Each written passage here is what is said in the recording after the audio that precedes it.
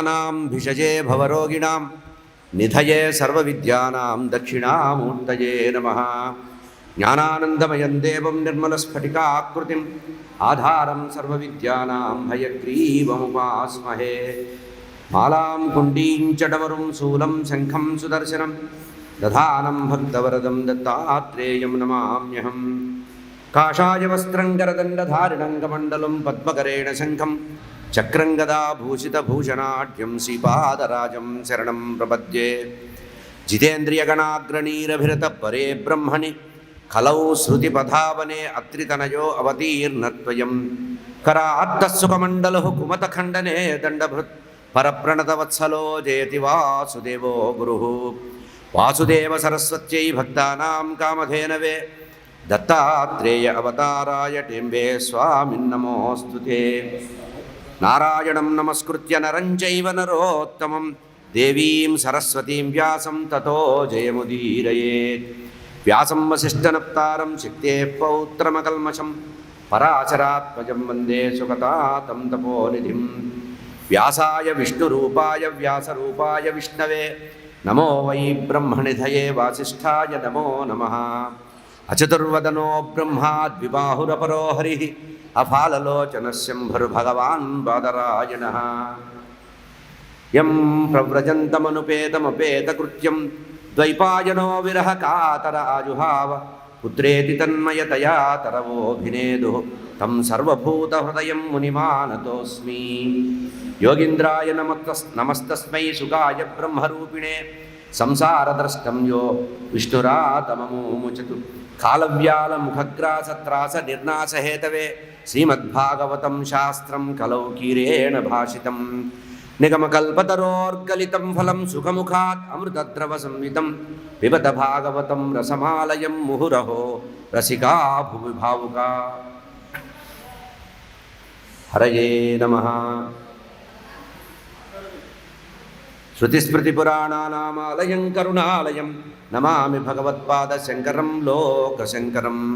सदात्मध्याननिरतं विषयेभ्यः पराङ्मुखं नौमि शास्त्रेषु निष्णातं चन्द्रशेखरभारती।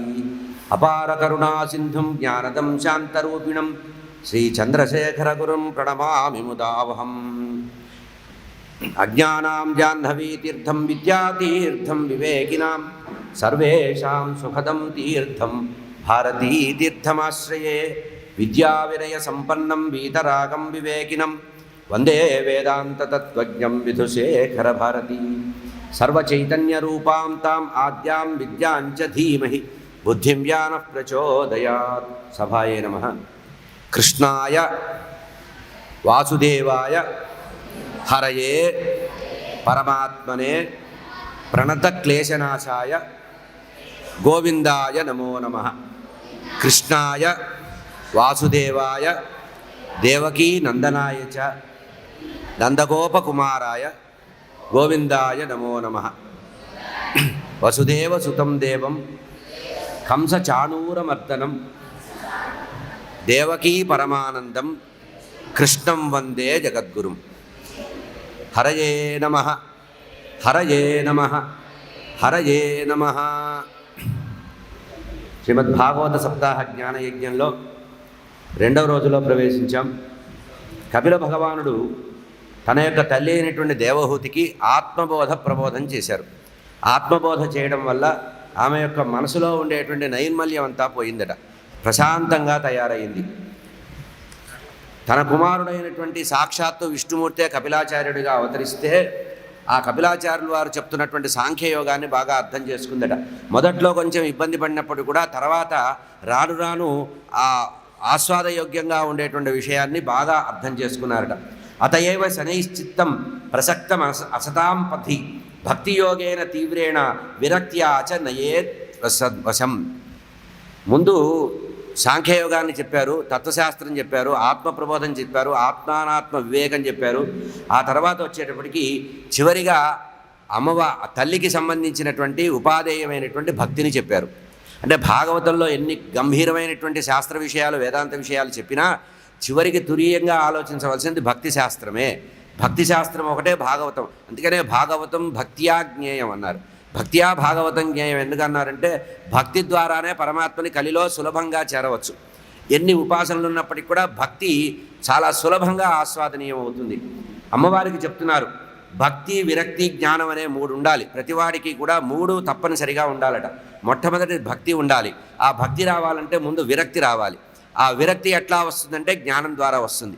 ఇక్కడ పరంపర 3 భక్తి జ్ఞాన వైరాగ్యాలను చెప్పినప్పటికి కూడా ముందు జ్ఞానం రావాలి, ఆ తర్వాత జ్ఞాన సాధన ద్వారా వచ్చే విరక్తి రావాలి, ఆ తర్వాత భక్తి ఏర్పడాలి. లేదు మొదలే భక్తి ఏర్పడాలి అని అనుకుంటే ఆ భక్తి స్థిరంగా నిలబడదు. అంటే ఫౌండేషన్ పునాదులు లేకుండా భవనం కడితే ఎట్లా నిలవదో ఆ భక్తి ఏకాగ్రంగా స్థిరంగా నిలబడి భగవంతుడి మీద రతి కలగాలంటే ఆ భక్తిలో జ్ఞానము వైరాగ్యం ముందు నిలబడాలి. అందుకని మొట్టమొదటిగా మనం ఏం చేయాలంటే భగవద్రూపమైనటువంటి జ్ఞానాన్ని సంపాదించాలి. ఈ భగవద్రూపమైన జ్ఞానం ఎట్లా వస్తుందంటే సాకారమైనటువంటి భగవంతుణ్ణి అర్చించడం ద్వారా వస్తుంది. భగవదర్చన సగుణోపాసన చేయడం వల్ల భక్తి ఏర్పడుతుంది, అదే జ్ఞానం ఏర్పడుతుంది. ఆ జ్ఞానం ద్వారా ఏమవుతుంది, విరక్తి కలుగుతుంది. అప్పుడు సగుణ భక్తి నుంచి నిర్గుణ భక్తికి వెళతారు. ఆ నిర్గుణోపాసన చేయడం వల్ల మానస పూజ చేస్తారట. ఆ తర్వాత భక్తికి వెళ్ళిపోతారు. ఈ భక్తి అలవడిన తర్వాత భక్తిదేవి ఆవహించిన తర్వాత ఏమవుతుందంటే నువ్వు కూర్చున్నా పడుకున్నా ఏ పని చేస్తున్నా ఏ పని చేయకుండా ఉన్నా భగవంతుడు నీ వెంట నడిచి వస్తుంటాట.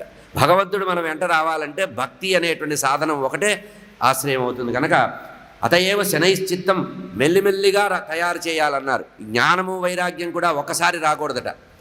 మనకి ఒక్కసారి వచ్చిన వైరాగ్యం ఎట్లా అవుతుందంటే వ్యసనాలకు బానిసలైన వాడు మొదట్లో ఆపుతాడు, తర్వాత కొన్నాళ్ళ తర్వాత గతంలో కంటే ఎక్కువకు వెళ్ళిపోతాడు. కనుక ఈ వైరాగ్యం అనే జ్ఞానం అనేది కూడా క్రమక్రమంగా రావాలి. అతయేవ శనైశ్చిత్తం, శనై మెల్లిమెల్లిగా ఒక్కొక్కటి వదులుతూ. అందుకనే మనకి పురాణాల్లో చెప్పినటువంటి రహస్యం ఏంటంటే 60 సంవత్సరాల వయసు వచ్చిన తర్వాత సంవత్సరానికి ఒక విషయం మీద విరక్తి రావాలట. ఒక్కసారి కాదు, సంవత్సరానికి ఒకటి వదిలిపెట్టాలట. ఏదో ఒకటి ప్రతి సంవత్సరం ఒకటి ఇది నేను వదిలిపెడుతున్నాను అనుకోవాలట. అట్లా ఒక్కొక్క మెట్టు ఎక్కడానికి చేసేటువంటి ప్రయత్నంలో ఈ లగేజ్ని తగ్గించుకోవాలట. మనం చిన్నప్పటి నుంచి తెచ్చుకున్నటువంటి కొన్ని లగేజీలు ఉంటాయి, వ్యసనాలు, ఆలోచనలు, బంధాలు ఉంటాయే. దీన్ని ఒక్కొక్క సంవత్సరం ఒక్కొక్కటి వదులుతూ వెళితే లెస్ లగేజ్ మోర్ కంఫర్ట్ అన్నారు. లగేజ్ అంత తక్కువ ఉంటే ప్రయాణం అంత సులభంగా ఉంటుంది చూసారా. అట్లా చివరికి కేవలం ఒక చిన్న సంచితం అనేది మాత్రమే చేతిలో పట్టుకొని వెళ్ళిపోతే వాడు ముక్తుడవుతాడు. కనుక వీలైనంత వరకు ఒక్కొక్కటి వదిలిపెట్టాలి. కనుక శనైహి చిత్తం, దుష్టమైనటువంటి ఈ ఇంద్రియాలు చాలా భయంకరమైన క్రూరమైనవిట. ఇవి మనం వెనక్కి లాగేస్తూ ఉంటాయి. జ్ఞానేంద్రియాలు, కర్మేంద్రియాలు ఏం చేస్తాయంటే నీకెందుకు అది చూడు, నీకెందుకు ఇది తిను, నీకెందుకు ఇది అనడం, తినడం, వినడం, ఇవన్నీ కూడా ఇంద్రియాలు మన చేత ఊడిగం చేయిస్తూ ఉంటాయి. మన చేత వెట్టి చాకరీ చేయిస్తాయట ఇంద్రియాలు. ఆ ఇంద్రియాలని మనం కనుక వశం చేసుకుంటే అవి కుయ్యి అనకుండా కూర్చొని ఉంటాయట, ఒక్క మాట కూడా అనకుండా ఉంటాయి. కనుక దుష్టమైనటువంటి ఇంద్రియ మార్గంలోకి మనం వెళ్లకుండా మనని ఇంద్రియ వశాల్లోకి తీసుకురావాలి. అంటే మామూలుగా ఏం చేస్తామంటే మనం కూర్చోవాలనుకొని కూడా కూర్చోకుండా పరిగెడుతూ ఉంటాం, జీవితంలో ముందుకు వెళ్ళిపోతుంటాం. ముందుకు వెళ్ళి ఏం చేస్తాం, చాలా పని ఉందండి వెళ్ళి రావాలండి అంటుంటారు. ఆ చాలా పని ఏముంది అంటే మనసు నడిపిస్తోంది, మనసే వేగంగా నడిపిస్తోంది. ఏమీ లేదు అనుకున్న వాడికి నిజంగా ఏమీ లేదు. ఉదయం లేచిన తర్వాత అనుష్ఠానంలో కూర్చున్న తర్వాత సమయం తెలియకుండా అట్లాగే గడిచిపోతూ ఉంటే వాడి జన్మ ధన్యత. కానీ మనం ఏం చేస్తాము, దాన్ని పరిమితం చేసుకుంటాం. అన్నిటికంటే భగవత్ చింతన, భగవద్ ఆసక్తి, విషయానుసక్తి, జ్ఞానార్జన వీటికి తక్కువ సమయం కేటాయిస్తాం, ఇతర విషయాలకు ఎక్కువ కేటాయిస్తాం. అట్లా ఇతర విషయాలకు ఎక్కువ కేటాయించడమే ఇంద్రియ లోలత్వం అన్నారు. ఈ ఇంద్రియం చెప్పినట్టుగా వినకుండా అమ్మా నువ్వు మహాజ్ఞాన సంపన్నుడైనటువంటి వారి యొక్క భార్యవి, మహాజ్ఞాన సంపన్నుడు, అటువంటి వాడి యొక్క సాహచర్యం చేసి కూడా నువ్వు తెలుసుకోదగింది, చేయదగింది, వినదగింది చేయలేదు. కనుక ఇప్పటికి కూడా మించిపోయింది లేదు. దుష్టమైనటువంటి ఇంద్రియ మార్గాల్ని వదిలిపెట్టి బాగా తగులుకున్నటువంటి మనస్సుని నీ వశం చేసుకో. త్యాగరాజస్వామి చెప్తారు, మనసు కోతి వంటిది అని. ఆ మనసు చంచలంగా ఉంటుందట.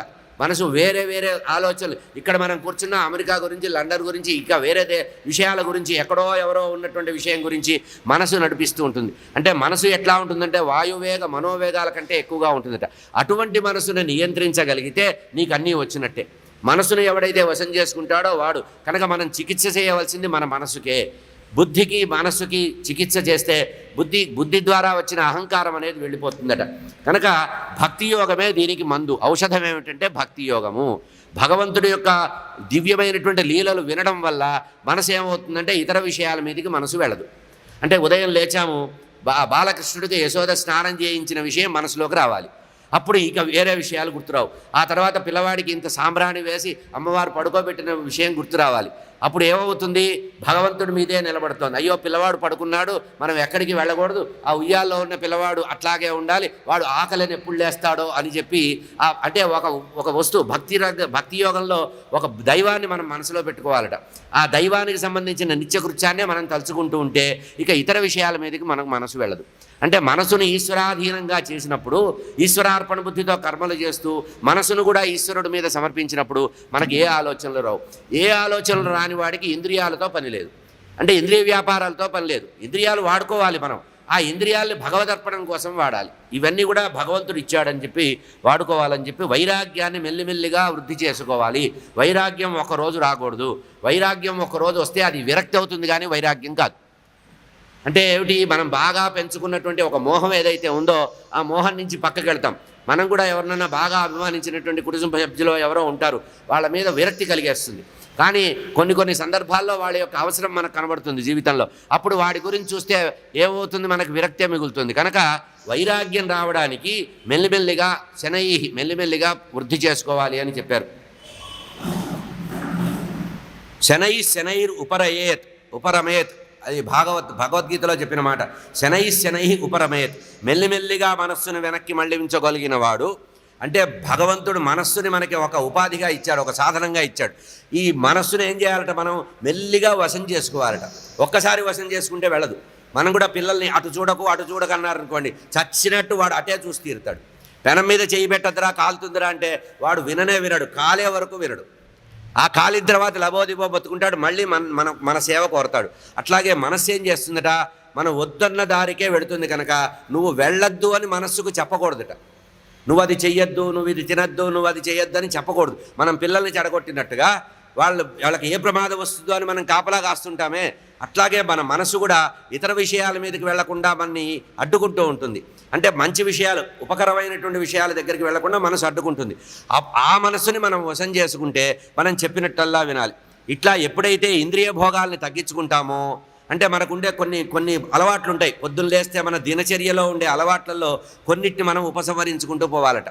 పొద్దున్న లేవగానే కాఫీ తాగితే కానీ మనకి లేకపోతే ఏమిటో భూమంతా బద్దలైనట్టు, తలకాయ బద్దలైనట్టు వస్తుంది. దాన్ని సాధనారూపకంగా ఏం చేశారు? 4 సార్లు తాగే కాఫీని 3 సార్లు చేయమన్నారు. తర్వాత 2కు దిగు. అంతేగాని కాఫీ పూర్తిగా మారేవనుకో తర్వాత గంగాళంతో తాగాలనిపిస్తుంది. అంటే ముందు గ్లాసుతో తాగిన వాడు కాస్త చెంబుకి వెళ్తాడు. తర్వాత అంటే ఏమిటి? ఏది కూడా బలవంతంగా మానవద్దు, ఏది కూడా బలవంతంగా నిరోధించద్దు. అంటే పిల్లి కూడా తలుపులేసి కొడితే కనుక తిరగబడుతుంది అన్నట్టు మన మనసు కూడా మనం గట్టిగా నిగ్రహించి పెడితే అది మనని వ్యతిరేకిస్తుంది. కనుక శనై మెల్లిమెల్లిగా చెయ్యి. శనైర్ ఉపరమేత్ భగవద్గీతలో చెప్పిన మాటే. భగవద్గీతనే భాష్యం అండి. భాగవతానికంతా కూడా భగవద్గీత విపుల భాష్యంగా ఆలోచించండి. ఇట్లా భక్తి ఎప్పుడు ఉపాయం చేత వైరాగ్యాన్ని సంపాదించి మనస్సుని అంతర్ముఖం చేసుకోవాలట. అంటే ఈ ప్రాపంచికమైనటువంటి విశాలమైనటువంటి ప్రపంచాన్ని చూసే బదులు నీలో చాలా చూడవలసినవి ఉన్నాయి, అంతర్ముఖుడు కావాలట. ఈ అంతర్ముఖత్వం ఎవరైతే పొందుతారో వాడికి భగవంతుడు చక్కటి భోగాన్ని ఇస్తాడట. ఏం భోగం ఇస్తాడంటే ఆత్మానందము బ్రహ్మానందం అనేవి ఇస్తాడట.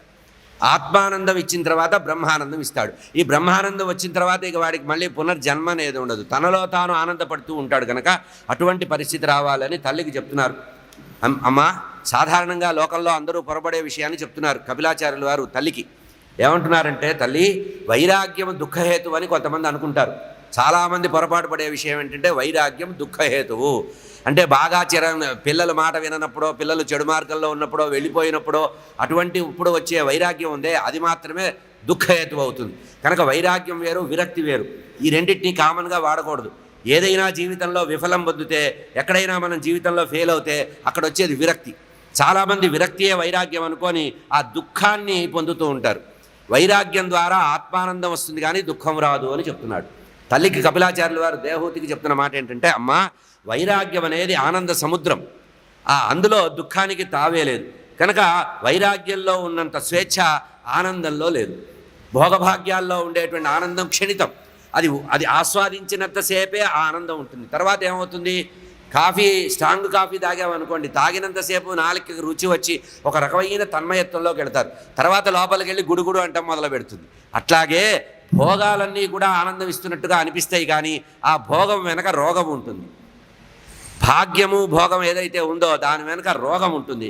కానీ వైరాగ్యం ద్వారా వచ్చేటువంటి ఆనందం ఉందే అది ఇంకా రుచి పెంచుతుందట, ఇంకా లోతలుగా వెళ్ళాలనే వస్తుంది. కనుక వైరాగ్యం అనేది మనిషికి స్వేచ్ఛ ఇచ్చేటువంటి ఒక స్వర్గం. వైరాగ్యం అనేది స్వేచ్ఛ ఇస్తుందట. అంటే నిధి నిషేధాలు లేకుండా, విధి నిషేధాలు లేకుండా ఒక రకమైనటువంటి స్వేచ్ఛా ప్రవృత్తి, అంటే మానసికమైనటువంటి స్వేచ్ఛా ప్రవృత్తికి వెళ్ళిపోతాడు. ఏది వైరాగ్యం అనేది అటువంటిది. కనుక వైరాగ్యం దుఃఖం అనుకోవద్దు తల్లి.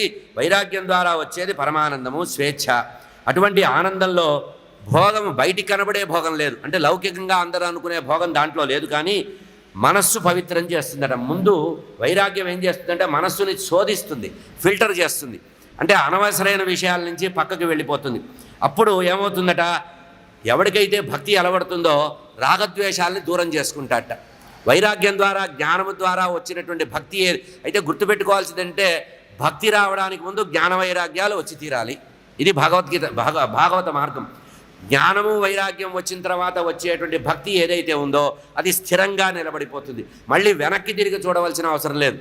లేకపోతే ఏం చేస్తాం, మనం శుక్రవారం మాత్రమే వార పూజ చేసుకుంటాం, శనివారమే వార పూజ చేస్తామండి, రోజంతా మాకు కుదరదండి, వారంలో ఒక్కరోజు కేటాయించామంటారు. ఈ కేటాయింపులు ఉండవు. జ్ఞానము వైరాగ్యంతో కూడినటువంటి భక్తికి కేటాయింపులు ఉండవు. జీవితమంతా కూడా భక్తే ఉంటుంది. నడుస్తూ కూడా భక్తుడవుతాడు. ప్రహ్లాదుడు చెప్పాడు కదా, పానీయంబులు త్రాగుచున్ తిరుగుచున్ హాసలీలా విలాసం. ఏం చేస్తున్నా భగవంతుడు మన వెంట ఉంటాడు. చెయ్యి పట్టుకొని భగవంతుడు మనం నడిపించే పరిస్థితి వస్తుందంటే నిర్మలమైనటువంటి భక్తి ఎవరికి వస్తుందో వాడికి ఇది వస్తుందని తల్లికి చెప్పాడు. అమ్మా, స్వేచ్ఛగా ఉండు, భక్తి బాగా వృద్ధి చేసుకో. రాగద్వేషాలు ఏం చేస్తాయట, భక్తిని పలసపరుస్తాయట. అది డైల్యూట్ చేస్తుందట. రాగద్వేషాలు భక్తిని పలచబడుస్తుంది. కనుక రాగద్వేషాలని దగ్గరికి రానివ్వద్దు అని తల్లికి చెప్పాడు. ఇక ఆత్మాభిమానం అనేది పోవాలట. ఆత్మాభిమానము, రోషము, దంభము, అహంకారము ఇవి వదిలిపెడితే కానీ నీకు సాధకుడైన వాడికి మత్కథాశ్రవణేనా, కపిలాచార్యుల వారు చెప్తున్నారు. ఈ దంభము, ద్వేషము, విపరీతమైన అనురాగం పోవాలంటే ఏం రావాలట, మత్కథాశ్రవణేనా. భగవంతుడి యొక్క దివ్యమైనటువంటి కథలు వినడం వల్ల, ఆ కథాశ్రవణం వల్ల ఏమవుతుందట, రాగద్వేషాలు దూరం అవుతాయి. కనుక మైభావేన సత్యేన మత్కథాశ్రవణేనా. తననే సాధకుడైన వాడు ఫలాపేక్ష లేకుండా భక్తి చేయాలట. అంటే నిరతిశయమైనటువంటి భగవంతుడి మీద అనురాగం కలగాలి. అంటే అంతవరకు పాడు ప్రపంచాన్ని ప్రేమించిన మనము ఆ ప్రపంచాన్ని దూరం చేసి ఆ ప్రేమంతా భగవంతుడి మీదికి ట్రాన్స్ఫర్ చేయాలట. భగవంతుడి మీదికి ప్రేమని బదలాయించడమే భక్తి అండి.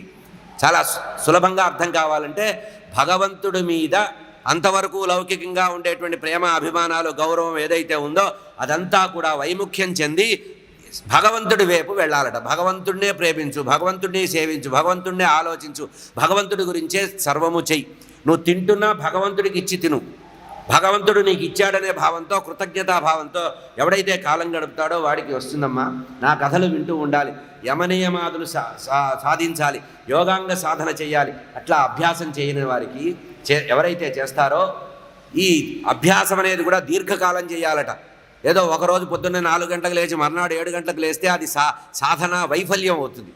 ఆ తర్వాత ఏమవుతుంది, రోజంతా నిద్ర వస్తుంది. అలవాటు లేని వాడు పొద్దున్నే నిద్రలేస్తే ఏమవుతుంది, రోజంతా నిద్రపోతాడు. ఎందుకంటే నిన్న శివరాత్రి అండి, జాగరణ చేశారండి అంటాడు. అట్లా ఆ రోజు అందుకనే శివరాత్రికి నియమం ఏం చెప్పారు, ఉపవాసం ఉన్నప్పుడు అంతా రాత్రి అంతా జాగారం చేయి, మర్నాడు నిద్రపోవద్దు అన్నారు. ఏకాదశి ఉపవాసం చేసి ద్వాదశి నాడు తిని ఫుల్లుగా పడుకుంటే వాడికి ఉపవాస ఫలం పోయింది అన్నారు. కారణం ఏంటంటే ఆ భగవద్ అనుగ్రహం అనుభవించడానికి కావాల్సినటువంటి యోగ్యతను నువ్వు కోల్పోతున్నావు. అంటే వంట చేసుకొని కింద బారేసుకుంటే ఎట్లా ఉంటుందో అట్లా ఉపాసన కానీ భక్తి కానీ చేసి దాన్ని వ్యర్థం చేసుకోకూడదు. ఇటువంటి అభ్యాసం అనేది దీర్ఘకాలం చేయాలి. నిరంతరము ప్రేమపూర్వకమైనటువంటి భక్తిని ఎవడైతే ఉపరతిని కలిగి ఉంటాడో వాడు పరమాత్మ యొక్క అభ్యాసం ఆ పరమాత్మ యొక్క అనుగ్రహం పొందుతాడు.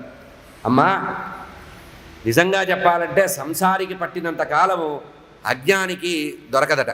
సంసార అంటే ఎవడైతే గృహస్థాశ్రమంలో ఉన్నాడో వాడికి తొందరగా వైరాగ్యం వస్తుంది. ఇది గుర్తుపెట్టుకోవాలి.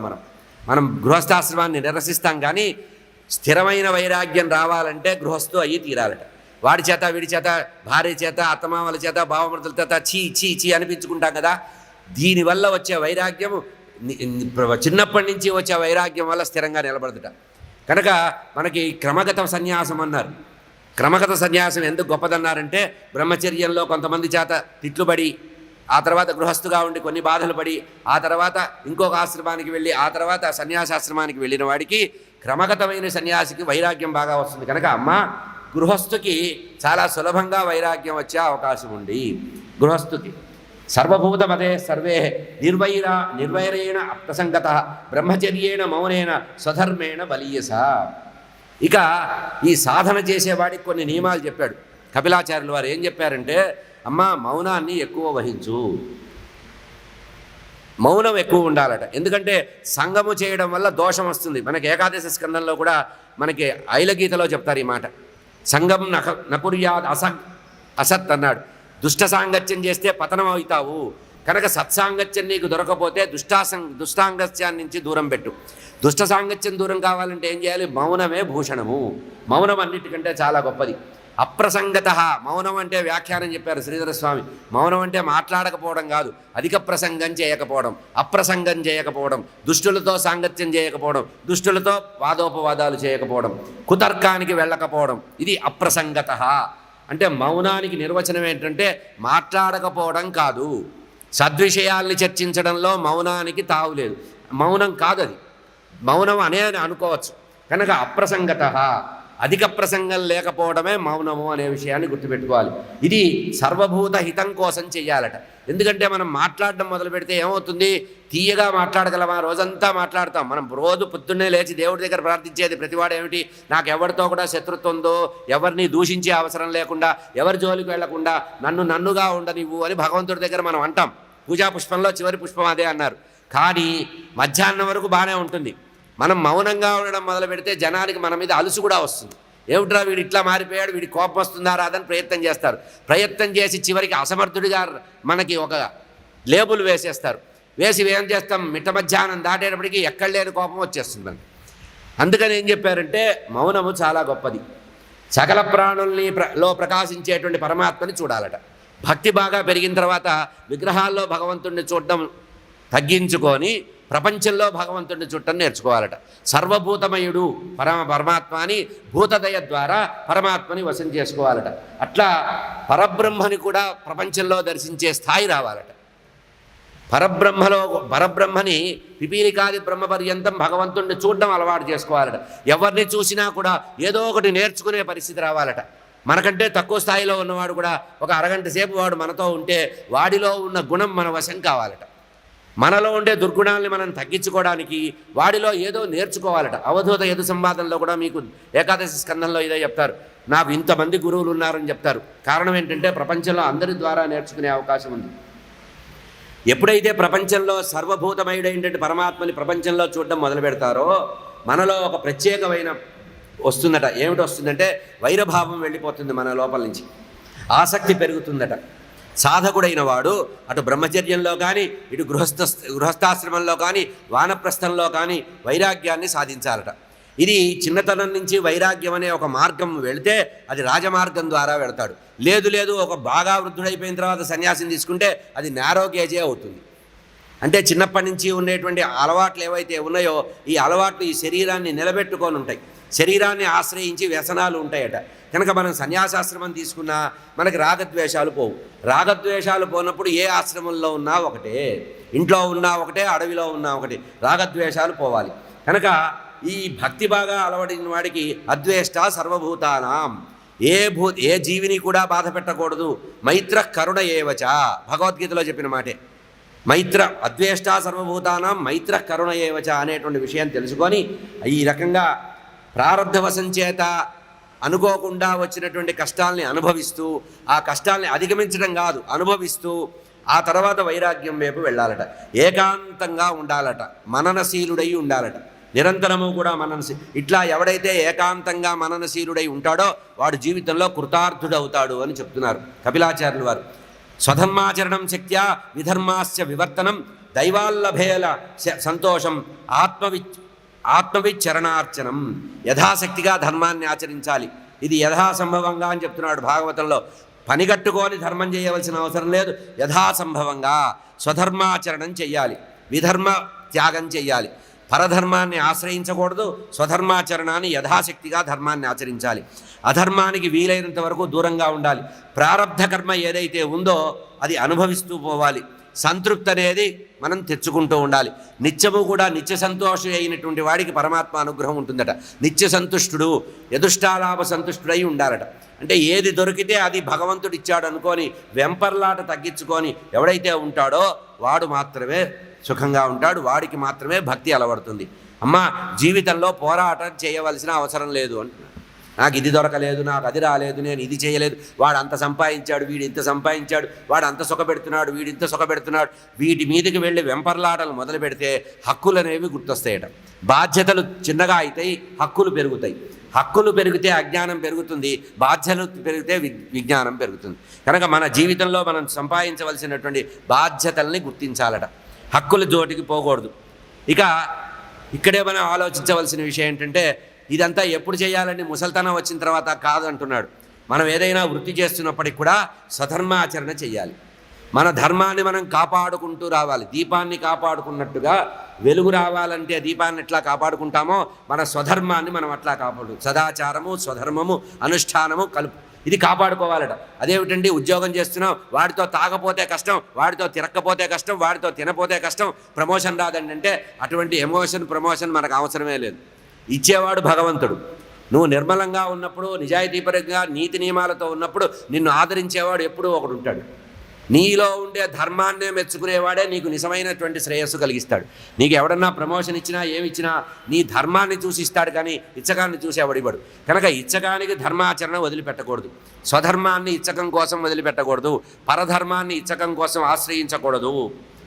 గ్రామ్యధర్మ నివృత్తస్య మోక్షధర్మ రతిస్తథ మితమేధ్యాదనం చెప్తున్నారు ఇక్కడ. భోగాసక్తి పెంచిన కొద్దీ కర్మలు లంపటం పట్టుకుంటుందట.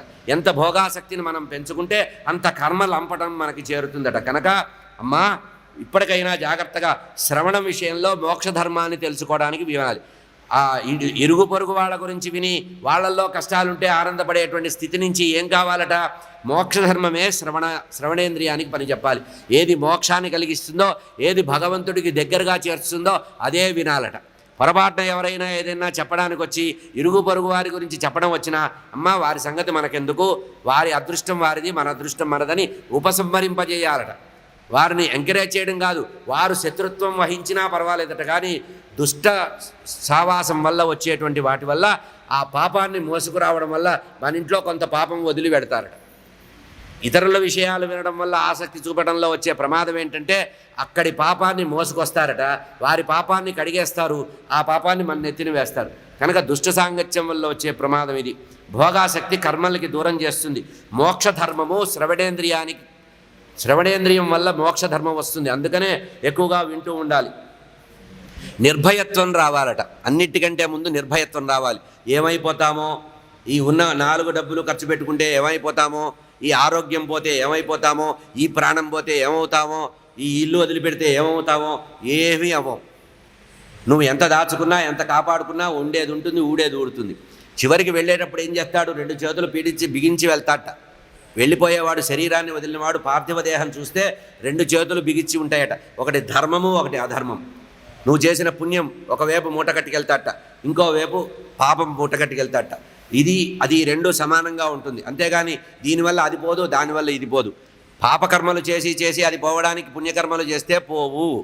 కనుక ధర్మం మీద వెళ్ళాలి. నిర్భయత్వం కావాలి. నిర్భయత్వం ఎట్లా వస్తుందంటే ఏకాంతవాసం వల్ల నిర్భయత్వం వస్తుందట. అంటే సమాజంలో 10 మందితో ఉండి కొంత వయసు వచ్చిన తర్వాత ఏకాంతవాసం అంటే మళ్ళీ భాగవతం కూడా చాలా చక్కటి నిర్వచనం చెప్పింది. 1000 మందిలో ఉన్నా ఏకాంతవాసం చేయగలగాలట. అంటే 1000 మందిలో నువ్వున్నా నువ్వుగా ఉండాలి. నీలో ఉండే నీ తనాన్ని నువ్వు పోగొట్టుకోవద్దు. నీలో ఉండే నీ యథార్థమైన తత్వం ఏదైతే ఉందో దానికి మాత్రమే జవాబుదారీ కావాలి. అందుకనే ప్రతివాడు ఆత్మసాక్షి అంటారు. మనస్సాక్షిగా ఉండాలి ప్రతివాడు. నీలో ఉండే జీవుడికి నువ్వు సమాధానం చెప్పుకోవాలి తప్పించి భౌతికమైనటువంటి వాసనలకు వెళ్ళకూడదు. ఏమన్నా అనుకుంటారేమో అని అవతలవాడి కోసం మనం చేసే కైతవం ఉందే, అది మనకి పాపహేతువు అవుతుంది. కనుక ఇంద్రియ సుఖాలకి వీలైనంత వరకు ఛాన్స్ ఇవ్వకూడదు. శాస్త్రశ్రవణం చేయాలట. శాస్త్రాన్ని వినాలి, వేదాంతాన్ని వినాలి, తత్వ విషయం వినాలి, మోక్షధర్మాలు వినాలి, మోక్షధర్మం గురించి ఆలోచించాలి. అహింసా సత్యమస్తేయం యావదర్థ పరిగ్రహం బ్రహ్మచర్యం తపశ్శౌచం స్వాధ్యాయ పురుషార్చనం. మళ్ళీ చెప్పారు, ప్రాణుల హింస చేయకుండా, జీవహింస లేకుండా ఉండడం, అసత్య సంభాషణ చేయకపోవడం, పరధనాన్ని ఆశించకపోవడం, దేహ నిర్వహణ కోసం కావలసినంత మాత్రమే సంపాదించాలట. ఈ శరీర పోషణ, గృహ పోషణ ఎంతవరకు అవసరమో అంతవరకే సంపాదించి మిగతా సంపాదన మీద మనసు పెట్టకూడదు. ఇట్లా ఉన్నవాడికి మనస్సు శుద్ధంగా ఉంటుందట. మోక్షధర్మం మీద ఎవరికైతే ఇష్టం ఉందో వారు సంచయం తగ్గించాలట, రాను రాను సంచయం తగ్గించాలట. ఇట్లా పరధనం ఎప్పుడైనా మన దగ్గరికి వచ్చినప్పుడు, పరధనం అంటే ఎవరైనా మనకి ఇచ్చి దండం పెట్టి ఇచ్చినప్పుడు కాదు, మనం ఏదన్నా ఒక కార్యం చేసినప్పుడు ఇచ్చింది పరధనం కాదు, అది గుర్తుపెట్టుకోవాలి. బ్రాహ్మణులు ముఖ్యంగా ఈ విషయం గుర్తుపెట్టుకోవాలి. ఎవరైనా మనకి దక్షిణ రూపంలో ఇచ్చింది అది పరధనం కాదు, మన సాధన ద్వారా మనకు వచ్చినటువంటి ధనంగా భావన చేయాలి. ఇక పరధనం అంటే ఏమిటంటే ఉద్యోగస్తులు లంచాలు తీసుకుంటారే, ఉద్యోగస్తులు పెద్ద పెద్ద రాజకీయ నాయకులు తీసుకునే లంచాలు ఉన్నవే, ఇది పరధనం. లేదా కుటుంబంలో ఎవరి ఆస్తులను కలుపుకొని వాడి నోరు కొట్టేసి వాడి ఆస్తి మొత్తం దోచుకునే వాళ్ళు ఉంటారే, అది పరధనం అవుతుంది. స్వధనం అంటే స్వధర్మం ద్వారా, నీ ధర్మ నిర్వహణ ద్వారా చేసే సంపాదన నీకు అమూల్యమైనది, అది గుర్తుపెట్టుకోవాలి. దాన్ని నువ్వు ధర్మకార్యాలకి వాడితే విశేషమైనటువంటి ఫలితం వస్తుందన్నారు. కనుక అహింస, సత్యము, ఆస్తేయము, అర్ధపరిగ్రహం కూడా నిజాయితీగా తీసుకోవడం బ్రహ్మచర్య వ్రతం. ఇక్కడ బ్రహ్మచర్యం అంటే వివాహం చేసుకోకపోవడం కాదు, వివాహం చేసుకోపోయినంత మాత్రాన బ్రహ్మచర్యం కాదు, మానసికంగా ఉండేటువంటి పాపం కూడా పాపమే. కనుక బ్రహ్మచర్యం అంటే పరిమితంగా భోగాల మీద ఆసక్తి కలగడమే బ్రహ్మచర్యం. పరిమితంగా భోగం మీద ఆసక్తి కలిగిన వాడు బ్రహ్మచారి. ఇప్పుడు కృష్ణ పరమాత్మను ఏమన్నారు? అస్ఖలిత బ్రహ్మచారి అన్నారు. మరి ఆయనకి ఎంతమంది భార్యలు ఉన్నారు అంటే నియమపూర్వకమైనటువంటి జీవితం గడపడమే బ్రహ్మచర్యం, గుర్తుపెట్టుకోండి. అంటే నిషేధమైనటువంటి తిథులు వదిలిపెట్టి, నిషేధమైనటువంటి స్థలాలు వదిలిపెట్టి, మిగతా సమయంలో పరిమితమైనటువంటి గృహస్థాశ్రమం చేసిన వాడు బ్రహ్మచర్య వ్రతంలో ఉన్నవాడి లెక్కే. అంటే నియమపూర్వకంగా జీవించడమే బ్రహ్మచర్యము. ఇక మౌనము, సదా ఆసనజయం. మౌనం అనేది చాలా ముఖ్యమట. జీవితంలో చాలా మనిషి ఉన్నతంగా వెళ్ళిపోవాలంటే దానికి ఒక మాట చెప్పారండి, 1 గంట సేపు మౌనం ఉంటే ఆయుష్ ఒక నెల పెరుగుతుందట. మనం 1 గంట మౌనంగా ఉండగలిగితే మన ఆయుష్ని 1 నెల పెంచుకోవచ్చట. మనం 1 రోజు మౌనంగా ఉంటే ఎంత వస్తుందో మీకు చెప్పవలసిన అవసరం లేదు. అంటే 24 సంవత్సరాల ఆయుష్ పెరుగుతుంది 1 రోజు మౌనంగా ఉంటే. అట్లా జీవితంలో మౌనాన్ని ఒక సాధనగా చేసుకొని అనవసర విషయాలు మాట్లాడకుండా, అనవసర విషయాలు మనసులోకి రాకుండా నిరంతరము ఈశ్వరార్పణ బుద్ధితో కర్మలు చేస్తూ మౌనం ద్వారా సాధించగలిగితే వాడు మనన యోగి అవుతాడట. మౌనం సదా ఆసనజయం. కూర్చున్న చోట స్థిరంగా కూర్చోగలిగేటువంటి శక్తి సామర్థ్యాలు ఉండడమే ఆసనజయం. అంటే ఒక చోట కూర్చుంటే తదేకంగా అట్లాగే కూర్చొని సాధన చేయగలిగినటువంటి స్థాయి ఎప్పుడైతే వస్తుందో అప్పుడు మనం భక్తి యోగంలో ప్రవేశించినట్టు లెక్క. కదలకుండా ఒక చోట కూర్చోగలిగినటువంటిది, మాట్లాడకుండా ఉండగలిగే పరిస్థితి. 1000 మందిలో ఉండా కూడా వినడం మాత్రమే నేర్చుకొని మాట్లాడడం మానేస్తే చివరికి వినపడడం కూడా అనవసరమైన విషయాలు వినపడవు. ఏమయ్యా అక్కడ అంతసేపు కూర్చున్నా వాళ్ళు ఏదో గట్టిగా మాట్లాడుకుంటున్నారు, ఏం మాట్లాడారంటే ఏవోనండి నాకు ధ్యాస లేదండి, దాని మీద మనసు పెట్టలేదంటాడు. ఎవడిట్లా అనగలడంటే మౌనం అనేది సాధనగా వచ్చిన వాడికి తాను మౌనంగా ఉండడం నేర్చుకుంటే ఇతర సాధనాలలో ఇతరులు ఏం మాట్లాడుకున్నా అవి లోపలికి వెళ్ళవట. అవి ఎప్పుడు వెళ్తాయట? భగవత్ సంబంధమైన విషయాలు, వైరాగ్య సంబంధమైన విషయాలు మాత్రమే లోపలికి వెళతాయి. కనుక ఈ రకంగా మౌనంగా ఉన్నవాడికి సదా ఆసనజయం ఉంటుందట. ఇక మౌనమే కాకుండా, ఆసనజయమే కాకుండా స్థిరంగా కూర్చోవడం అలవాటు పడాలట. కదలకుండా ఒక చోట కూర్చోగలిగే స్థితి వస్తే వాడు భగవంతుడి దగ్గర కూర్చోగలడు, అది గుర్తుపెట్టుకోవాలి. భగవంతుడు మనని రప్పించినా కూడా ఆయన దగ్గర కూర్చునే యోగ్యత ఎప్పుడు వస్తుందంటే నువ్వు కదలకుండా కూర్చునే స్థితి రావాలి నీకు. ఇది ఎట్లా వస్తుందంటే శ్వాస మీద ధ్యాస ఉన్నవాడికి వస్తుందట. ప్రాణాయామం ద్వారా, అంటే వాయువుని దీర్ఘంగా తీసుకొని వాయువుని నిలుపుకొని వాయువుని ఉచ్ఛ్వాస నిశ్వాసంలో భగవన్నామాన్ని పెట్టుకుంటే, అంటే గాలి పీల్చేటప్పుడు భగవన్నామం, నిలబెట్టేటప్పుడు భగవన్నామం, వదిలేటప్పుడు భగవన్నామం, ఇట్లా మనం నిరంతరము చేస్తూ ఉంటే, ఈ సైకిల్ నడుస్తూ ఉంటే ఏమవుతుందట? నీకు స్థిరత్వం అనేది వస్తుందట. స్థిరత్వం అనేది ఎప్పుడు వస్తుందంటే, కొంతమంది ఉపాసకులు ఉంటారు, వాళ్ళ దగ్గరికి మనం వెళితే మనం ఏదన్నా మాట్లాడితే ఒక 2 నిమిషాల వరకు వారు ప్రతిస్పందన అవ్వరు. అంటే వాళ్ళు ఏంటంటే ధ్యానంలో ఉన్నారని అర్థం. వాళ్ళు ఒక తదేక ధ్యానంలో ఉంటూ అప్పుడు ఆ ధ్యానాన్ని బ్రేక్ చేసుకొని మనకు మాట్లాడతారు. మళ్ళీ మనం మాట్లాడిన తర్వాత మళ్ళీ ధ్యానంలోకి వెళ్తారు. ఇంకా 2వ స్టేజ్ ఎట్లా ఉంటుందంటే, మాట్లాడుతున్నా కూడా భగవంతుడి యొక్క నామం లోపల వెళుతూనే ఉంటుంది. ఇట్లా లోపల వెళుతూ ఉండడం ఇది చాలా కష్టమని అన్నారు, చాలామంది అంటారు. కానీ ఇది కష్టం కాదు. ఉదాహరణకి మీరు నిద్రపోతున్నప్పుడు శ్వాసిస్తున్నారా లేదా? ఉచ్ఛ్వాస నిశ్వాసాలు నిద్రపోతున్నప్పుడు వస్తున్నాయా లేదా, మీరు మాట్లాడుతున్నప్పుడు వస్తున్నాయా లేదా, పరిగెత్తుతున్నప్పుడు వస్తున్నాయా లేదా, ఆహారం సర్వకాల సర్వావస్థల్లో వాయువుని మీరు స్వీకరిస్తున్నారు, వదులుతున్నారు. మరి భగవంతుడి నామం ఎందుకు రాదు? భగవంతుడి నామం ఎందుకు రాదు అంటే అభ్యాసం చెయ్యాలి. మనం ఏ పని చేస్తున్నా భగవన్నామం చేసిన వాడికి ఇటువంటి పరిస్థితి వస్తుంది. ఇక ఇంకొక మార్గం చెప్పాడు. తల్లికి అనేక మార్గాలు చెప్తున్నారండి. తల్లి కృతార్థురాలు కావడానికి కపిలాచార్యుల వారు చెప్తున్నారమ్మా, శౌచే దేశే ప్రతిష్టాప్య విజితాసన ఆసనం తస్మిన్ స్వస్తి సమావిత. సాధకుడైన వాడు ఒక యోగాసనంలో కూర్చోవాలి. యోగాసనము అంటే మామూలుగా పద్మాసనము, సుఖాసనము, వజ్రాసనం చెప్తారు. అవి మాత్రమే కాదు, నువ్వు కూర్చోవడానికి యోగ్యమైనటువంటి ఆసనం స్థిరంగా కూర్చోగలగాలి. అట్లా చూస్తే అభ్యాసంలోకి నీకు వస్తుంది. పరిశుద్ధమైన మనసు ఉండాలండి. ఏ పని చేసినా కూడా చిత్తశుద్ధితో చేయాలి. మనం చేసేది చిత్తశుద్ధితో చేస్తాం. అవతల వాడికి నమస్కారం చేస్తున్నాం, ఈ వెధవ ఇప్పుడు వచ్చాడు ఎదురుగా అని మనసులో అనుకుంటాం. వీడు ఎందుకు తగలబడ్డాడు, చాలా పని ఉందే ఇవాళ, పొద్దున్నే తగలబడ్డాడు వీడు అనుకుంటాం. అంటే మనసులో ఒకటి బయటకు ఒకటి అనుకుంటాం. అట్లా రెండుగా ఎప్పుడైతే ద్వంద్వం ఉందో అది మనిషికి శాపం అవుతుంది, పాపహేతు అవుతుంది. కనుక నువ్వు మనస్సులో ఏమనుకుంటున్నావో త్రికరణ శుద్ధిగా అన్నారు. అందుకనే మనస్సుని నిర్మలంగా ఉంచుకోగలిగిన వాడికి అన్నీ వస్తాయట.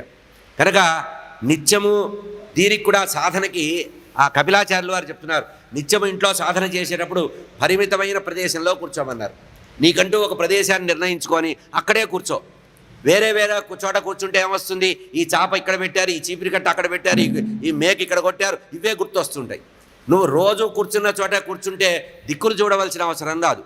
కనుక ఎప్పుడు కూడా సాధకుడైన వాడు పరిమితమైన ప్రదేశంలో, నియతమైన ప్రదేశంలో అక్కడే కూర్చోవాలట. ఒకే చోట కూర్చోవడం అభ్యాసం చేయాలి. ఇట్లా చేస్తే ధ్యానము స్థిరంగా నిలబడుతుంది అంటున్నారు. ఎప్పుడైతే ఇట్లా ఆసన జయం పొంది శ్వాస మీద ధ్యాస కలిగి నిర్మలమైనటువంటి చిత్తంతో మనసులో ఏం లేకుండా ఉన్నవాడు కళ్ళు మూసుకుంటే ఏం కనబడుతుందో చెప్తున్నారు కపిలాచార్యుల వారు. ప్రసన్నవదనాంభోజం పద్మగర్భారుణేక్షణం నీలోత్పల దళశ్యామం శంఖచక్ర గదాధరం. అట్లా కళ్ళు మూసుకున్నప్పుడట ఆ నీలమేఘ శరీరుడైనటువంటి పరమాత్మ యొక్క రూపము, దివ్యమైనటువంటి మంగళ విగ్రహం కనబడుతుందట. నువ్వు కళ్ళు మూసుకుంటే చాలు, ఒక్క నిమిషం సాధన చేస్తూ కళ్ళు మూసుకొని కూర్చుంటే పరమాత్మ నీ కళ్ళల్లో కనబడతాడు. కళ్ళు మూసుకుంటే కళ్ళ వెనక నుంచి పరమాత్మ యొక్క వెలుగు కనబడుతుందట. ఎట్లా కనబడతాడు? పద్మం వంటి ముఖం కలిగి, ప్రసన్నమైనటువంటి వదనం కలిగి, చక్కటి అందమైనటువంటి కళ్ళతో, పద్మకోశం కలిగినటువంటి అరుణవర్ణం కలిగినటువంటి పరమాత్మ శ్యామల వర్ణం కలిగి దేహంతో అరుణవర్ణ శోభితుడై పరమాత్మ నీకు కనబడతాట. శంఖచక్ర గదా పద్మాలు వనమాలా భూషితుడై పరమాత్మ నీకు కళ్ళు మూసుకోగానే కనబడతాట. ఎప్పుడు స్థిరమైనటువంటి మనస్సు పెట్టుకున్నప్పుడు, ఇంద్రియ జయం పొంది మనస్సుని భగవంతుడి మీద లగ్నం చేసినప్పుడు, ఆసన జయం పొందినప్పుడు, శ్వాస మీద ధ్యాస చేసినప్పుడు ప్రసన్న వదనాంభోజం, ప్రసన్న వదనంతో పరమాత్మ కనబడతాడు. పద్మా గర్భారుడేక్షణం నీలోత్పల జలశ్యామం శంఖచక్ర గదాధరం, శంఖచక్ర గదాధరం కలిసి కనబడతాట పరమాత్మ. అట్లా కనబడ్డ భగవంతుడికి ఏం చేయాలట? నువ్వు మళ్ళీ డిస్టర్బ్ కాకూడదు, డిస్టర్బ్ చేయకూడదు. అట్లాగే కళ్ళు మూసుకొని ఆ పరమాత్మ యొక్క పాదాలని దర్శించాలట. కళ్ళు మూసుకొనే పరమాత్మ యొక్క కోమలమైన పాదాలని దర్శించి నీ హృదయం అనేటువంటి పుష్పాన్ని పరమాత్మ యొక్క పాదాల మీద పెట్టాలట. అది కూడా కళ్ళు మూసుకొనే. ఉపకరణాలు అక్కర్లా, నీ ఎదురుగా ఏమీ పనిముట్లు అక్కర్లా. పూజ సామాన్ ఇంత పెట్టుకొని ఇన్నిన్ని పూలతో పూజ చేయాల్సిన అవసరం లేదు. మనోపుష్పంతో పరమాత్మనికి పూజ చేయొచ్చట. కళ్ళు మూసుకుంటే పరమాత్మ యొక్క పాదాలు కనబడాలి. ఆ పాదాలకి అర్చయామి, పాదాంశం తులసి దళం వేస్తున్నా, పద్మరాగం వేస్తున్నా, చామంతి పూలు వేస్తున్నా, మనస్సమర్పణం చేయాలి. ఆ తర్వాత పరమాత్మ యొక్క హృదయం చూడాలట. ఇది కళ్ళు మూసుకొనే హృదయం చూడాలి. ఆ పరమాత్మ హృదయంలో ఉండేటువంటి అమ్మవారు వక్షస్థలంలో అమ్మవారిని దర్శించాలట. ఆ తర్వాత భుజకీర్తులు దర్శించాలట, భుజాల్ని దర్శించాలట. ఆ తర్వాత పరమాత్మ యొక్క అభయ వరద హస్తాలని చూడాలట. ఆ తర్వాత పరమాత్మ యొక్క చెక్కిళ్ళు దర్శించగలగాలట. ఆ తర్వాత గండస్థలం చూడాలట. ఆ తర్వాత పరమాత్మ యొక్క మకర కుండలాలు చూడాలట. ఆ తర్వాత ముఖపద్మాన్ని చూడాలట. చక్కటి ప్రసన్నమైనటువంటి ఈ క్షణము చూపుని భగవంతుడి యొక్క కరుణారస ప్రసారాన్ని ఇదంతా కూడా చూడాలట. ఎక్కడ? భృకుటి మధ్యలో నుంచి చూడాలట. కళ్ళు మూసుకుంటే నీకు ఇక్కడ ఒక తేజస్సు కనబడుతుందట. ఆ తేజస్సు ద్వారా టార్చ్ లైట్ పెడితే వ్యక్తి కనబడ్డట్టుగా ఇక్కడ వెలుగుతో పరమాత్మ కనబడతాట. ఆ కనబడి ఆ తర్వాత పరమాత్మ యొక్క కిరీటము, కుండలము, ఆ తర్వాత శంఖచక్ర గదాపద్మాలు చూసి మళ్ళీ ఉపసంహార వాక్యంగా కిందకి మళ్ళీ పాదాల దగ్గరకు వచ్చి అప్పుడు కళ్ళు తెరవాలట. ఇది భగవంతుడిని దర్శించేటువంటి పద్ధతి. ఇది ఇంట్లో కూర్చున్నా వస్తుంది. ఎక్కడికో యాత్రలు వెళ్ళాలి. కేదారాది సమస్త తీర్థముల పోరేటికి కాదే వారణాసి కడుపే కైలాస శైలం అన్నాడే, అట్లా ఇంట్లో కూర్చున్న భగవంతుణ్ణి నువ్వు చూడవచ్చు.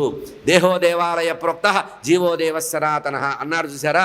ఈ దేహమే దేవాలయం. నువ్వు కళ్ళు మూసుకుంటే ఆ గర్భాలయంలో ఉండే పరమాత్మ నీ భృకుటిలో కనబడతాడు అని చెప్పారు. ఇది తల్లికి చెప్పినటువంటి ఉపదేశం. అయితే ఈ దృష్టి ఎప్పుడు వస్తుందంటే సర్వాత్మన పరమాత్మ ఉన్నాడని నమ్మకం కలిగినప్పుడు. నమ్మకం కలగడం, అంతేగాని పుస్తకంలో రాసుకుపెట్టుకుని భగవంతుడు సర్వాంతర్యామి పుస్తకంలో రాసి పెట్టుకుంటే భగవంతుడు కనబడ్డు. భగవంతుడు సర్వాంతర్యామి, కరుణామయుడు, దయామయుడు అని భూతదయ కలిగి నువ్వు నమ్మి ఉపాసిస్తే పరమాత్మ నీకు కనబడతాట. అమ్మ భక్తి యోగైన బహువిధో మార్గైర్భిర్గామిని స్వభావ గుణ మార్గేణ పుంసాంభావో విభజ్యతే. భక్తి మార్గం గురించి చెప్తున్నారు. భక్తి మార్గం అనేక మార్గాల్లో ఉన్నాయి. ఎవడి భక్తి మార్గం వాడిది. ఒకడు కూర్చుంటే కానీ భక్తి రాదు, ఒకడు ఏ పని చేస్తున్నా భక్తి అలవడుతుంది, ఒకడు అర్చన చేస్తున్నప్పుడే భక్తి వస్తుంది, లౌకిక విషయాలకు వెళ్ళేటప్పుడు భక్తి రాదు. కనుక మహాత్ములైన వాళ్ళు, సాధకులైన వాళ్ళు, మహర్షులైన వాళ్ళు, దార్శనికులైనటువంటి మహర్షులు ఈ భక్తి మార్గాన్ని అనేక భేదాలతో చూశారు. నవవిధ భక్తి మార్గాలు ఉన్నాయి కదా, అట్లాగే మనకి నారద భక్తి సూత్రాల్లో 89 రకాల భక్తి మార్గాలు చెప్పారు. అట్లా భక్తిని అనేక రకమైనటువంటి భావాలు ఉన్నాయి. స్వభావం చేత, గుణం చేత, తత్వం చేత భక్తి అనేక రకాల్లో ఉంటుంది. కనుక ఈ భక్తి మానవుల్లోనే కాదు పశుపక్షాదుల్లో కూడా ఉంటుంది అన్నారు. కనుక ఈ రకంగా స్వభావం అభిసంధాయయో హింసా దంభం మాత్సర్యమేవ సంభ్రంభి భిన్న మయి కుర్యాత్ సమాసః. తామస భక్తి చాలా ప్రమాదమైందని చెప్తున్నాడు. తామస భక్తి చాలా ప్రమాదమైనది. మనవాళ్ళు వామాచారంతో రకరకాల ప్రయోగాలు చేస్తూ అది భక్తి కాదు, వామాచారము పరమ దూషణమైనది అని చెప్తుంది భాగవతం. కనుక భిన్నమైనటువంటి మార్గాలతో భక్తి చేయడం తామస భక్తి అవుతుంది. ఈ భక్తి ఏమిటంటే తాను పరాయి అనేటువంటి భేద దృష్టిని కలిగిస్తుందట. తాను వేరు, వాడు వేరు, వీడు వేరు, వాడు నాశనం కావాలి, వీడు నాశనం కావాలని చేసే భక్తి తామస భక్తి అవుతుంది. ఈ తామస భక్తి వల్ల తాను పరాయి అనేటువంటి భేదం వచ్చి సత్యం అనేది దూరమైపోయి దంభాచారం మొదలై ధర్మాత్ముల్ని ద్వేషించి ఉపాసకుల్ని దూషించి చేసేటువంటిదిట. ఇది తామస భక్తి అవుతుంది. అంటే భక్తి అనేటువంటి బోర్డు పెట్టుకొని హింస చేస్తారు, హింసాప్రాయణులు అవుతారు. అంటే రహస్యంగా హింస చేసేటువంటి తత్వత కూడా ఉంది. ఇట్లా భేద దృష్టితో చేసేటువంటి ఉపాసన తామస భక్తి అవుతుందన్నారు. ఆ తర్వాత తల్లికి చెప్తున్నారు కపిలాచార్యులు వారు, విషయాభిమాన సంధాయ యశ ఐశ్వర్యమేవ అర్చాద్ ఆవర్చయే మాం పృథగ్భావస్య రాజసః. ఎవరైతే నాకు అన్నీ రావాలి, నేనే అన్నీ కోరుకోవాలి, అన్నీ నాకే కావాలి, ఇంద్రియ భోగాలు కావాలి, కీర్తి కావాలి, సంపద కావాలి, కాంక్ష కావాలి, లోకల్లో 10 మంది చెప్పుకోవాలి, అన్ని పేపర్లో ప్రింట్ కావాలి చేసే భక్తిని రాజస భక్తి అంటారు. హింసా ప్రవృత్తమైనటువంటిది తామస భక్తి. ఈ 10 మందికి తెలియాలని చేసేటువంటి భోగ దృష్టితో, భోగపరాయణతో, భోగాసక్తితో, భేద దృష్టితో ఎవడైతే చేస్తాడో అది రాజస దృష్టి అవుతుంది. ఇది వ్యాపార ధోరణిగా గమనించవలసింది అన్నారు. ఇక సాత్విక భక్తి గురించి కపిలాచార్యులు వారు దేవహూతికి తల్లికి చెప్తున్నారు. కర్మనిర్హార ఉద్దిశ్య పరస్మిన్ వా తదర్పణం యజేద్ అష్టవిధస్య పృథగ్భావస్య సాత్విక. పాపక్షయం కొరకు మాత్రమే భక్తి చేసేవాడు ఉంటాట. నేను చేసిన పాపాలన్నీ పోవాలి, పాప పరిహారం కోసం, పాపక్షయం కోసం కేవలము ఈశ్వరార్పణ బుద్ధితో నిష్కామముగా చేసేటువంటి కర్మ ఏదైతే ఉందో, నిష్కామమైనటువంటి భక్తి ఏదైతే ఉందో అది సాత్విక భక్తి అవుతుంది. సత్వగుణ సంపన్నుడై కోరికల్ని వదిలిపెట్టి కోరికల్ని జయించి నేను నా బాధ్యతగా భగవత్ అర్పణం చేయాలి, నేను నా బాధ్యతగా ఈశ్వరార్పణ బుద్ధితో కర్మలు చేయాలి అని ఎవడైతే చేస్తాడో వాడు సాత్విక భక్తుడవుతాడు. వీడికే భగవంతుడి యొక్క అనుగ్రహం ఉంటుంది. అంటే కర్మబంధాల నుంచి దూరం కావడానికి చేసే భక్తిని సాత్విక భక్తి అంటారు. అంటే కర్మబంధాలు తొలగిపోవాలి అని కృషి చేసేవాడు ఉంటాడే వాడు సాత్విక భక్తి అవుతాడు. కనుక నిష్కామ కర్మయోగం ద్వారా కర్మబంధాల నుంచి బయటపడి ఎవడైతే అంతఃకరణ శుద్ధితో ఆత్మసాక్షాత్కారం పొందాలని, జీవన్ముక్తుడై కావాలని కోరుకుంటాడో వాడు సాత్విక భక్తుడు అవుతాడు. వీడికి మాత్రమే జీవన్ముక్తత్వం వస్తుంది, వీడికే మోక్షం వస్తుంది.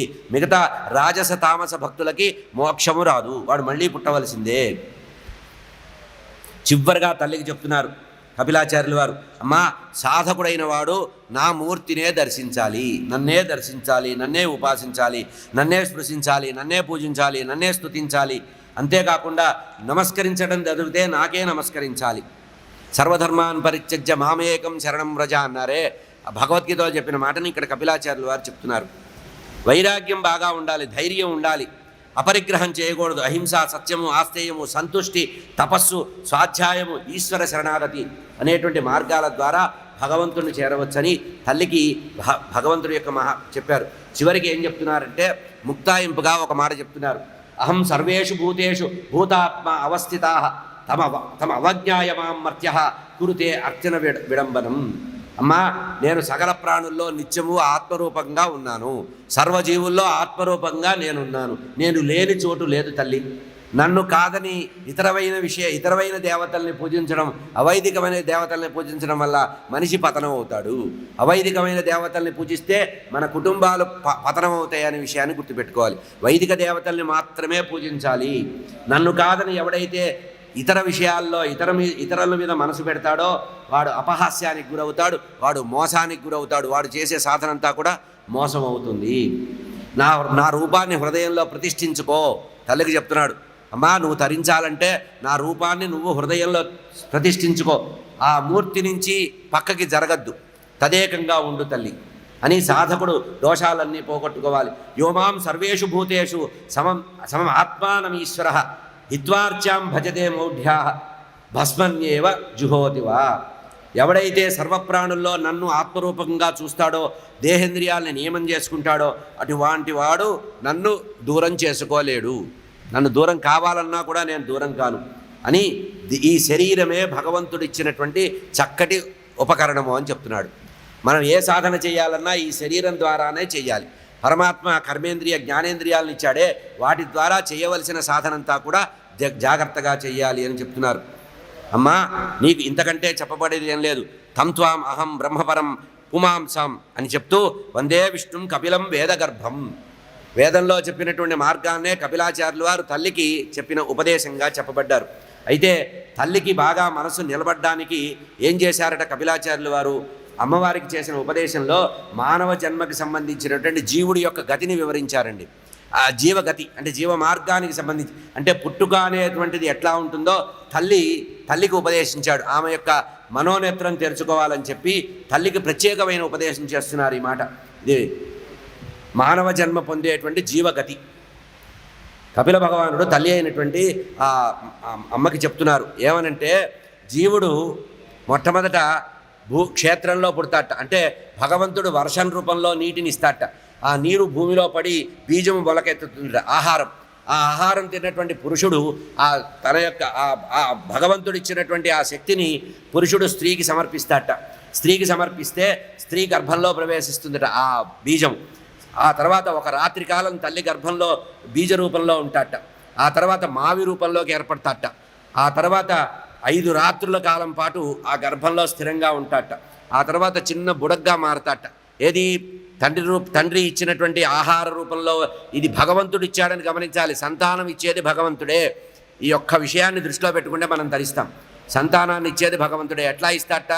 మేఘ రూపంలో భగవంతుడు తయారై వర్ష రూపంలో కురిసి భూమి రూపంలో బీజ రూపంగా వచ్చి మొలకెత్తి ఆహార రూపంగా వచ్చి ఆ ఆహారం తీసుకోవడం వల్ల ఆహారం ద్వారా గర్భానికి యోగ్యం అవుతారట.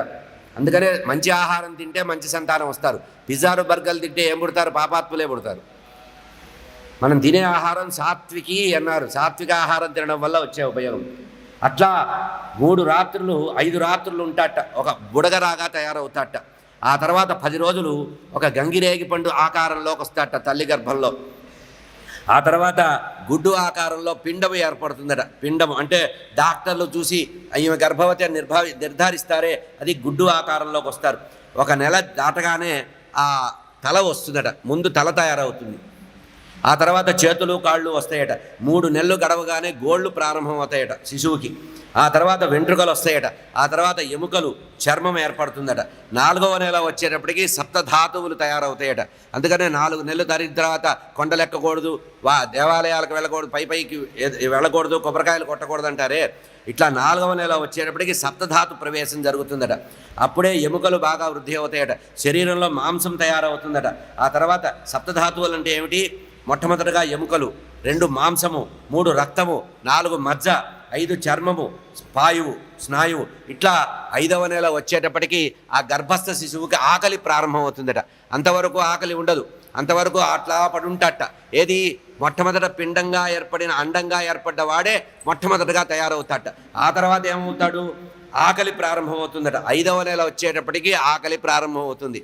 అప్పుడే ఇది తినాలని కోరిక, అది తినాలని కోరిక, ఇది అయితేనే ఇష్టము, అదైతే వాంతి చేసుకోవడం, ఇదంతా కూడా ఆకలి ప్రారంభమవుతుంది గర్భస్థ శిశువుకి. ఆ తర్వాత తల్లి ఏం తింటే అది వాడు తింటాట. తల్లి ఏం తింటే అదే వాడు తింటాడు. తల్లి తినే దాంట్లో ఉండేటువంటి సత్వరజస్తమో గుణాలకు సంబంధించిన ఆహారం ఏదే ఉంటే వాడి జీవితం అంతా అట్లా తయారవుతుందట. అందుకనే గర్భస్థ శిశువు లోపల ఉన్నప్పుడు జాగ్రత్తగా తల్లులు సాత్వికాహారం తీసుకోవాలి. సాత్వికాహారం ఎందుకు తీసుకోవాలంటే సత్వగుణ సంపన్నుడు కావాలి. అప్పుడు కారాలు గిరాలు అవి ఇవి మసాలాలు తింటే ఏమవుతుంది, వాడి జీవితం కూడా మసాలాలాగా తయారవుతుంది.